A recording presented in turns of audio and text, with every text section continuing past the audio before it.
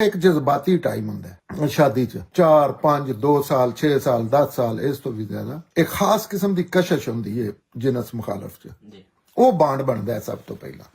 ਸਭ ਤੋਂ ਸਟਰੋਂਗ ਲੇਕਿਨ ਉਹ ਖਤਮ ਹੋ ਜਾਂਦੀ ਹੈ ਕੁਝ ਅਰਸੇ ਬਾਅਦ ਉਹਦੀ ਜਗ੍ਹਾ ਕਿਸੇ ਨੇ ਲੈਣੀ ਹੁੰਦੀ ਹੈ ਬੱਚੇ ਲੈ ਲੈਂਦੇ ਨੇ ਤੁਹਾਡੇ ਮੁਸ਼ਤਰਕਾ ਮਸ਼ਗਲੇ ਲੈ ਲੈਂਦੇ ਨੇ ਫਿਰ ਪਹਿਲੇ ਜਿਹੜੇ 2 ਸਾਲ ਜਾਂ ਉਹਦੇ ਵਿੱਚ ਇਨਸਾਨ ਬਹੁਤ ਜ਼ਿਆਦਾ ਟਾਈਮ ਦਿੰਦਾ ਹੈ ਇੱਕ ਦੂਜੇ ਨੂੰ ਸਾਰੀ ਰਾਤ ਗੱਲਾਂ ਕਰਦਾ ਹੈ ਉਹਦੇ ਵਿੱਚ ਤੁਸੀਂ ਸੋਚਣਾ ਹੈ ਕਿ ਅਸੀਂ ਇਹ ਗੱਪਾਂ 'ਚ ਨਹੀਂ ਟਾਈਮ ਗੁਜ਼ਾਰਨਾ ਇਹ ਸਾਨੂੰ ਇੱਕ ਜ਼ਮੀਨ ਦਾ ਟੁਕੜਾ ਲੱਭਿਆ ਛੋਟਾ ਜਿਹਾ ਇਹਦੇ ਤੇ ਅਸਾਂ ਮੱਲ ਬਣਾਉਣਾ ਹੈ ਉਹਦੀਆਂ ਬੁਨਿਆਦਾਂ ਤੁਸੀਂ ਰੱਖਣੀਆਂ ਨੇ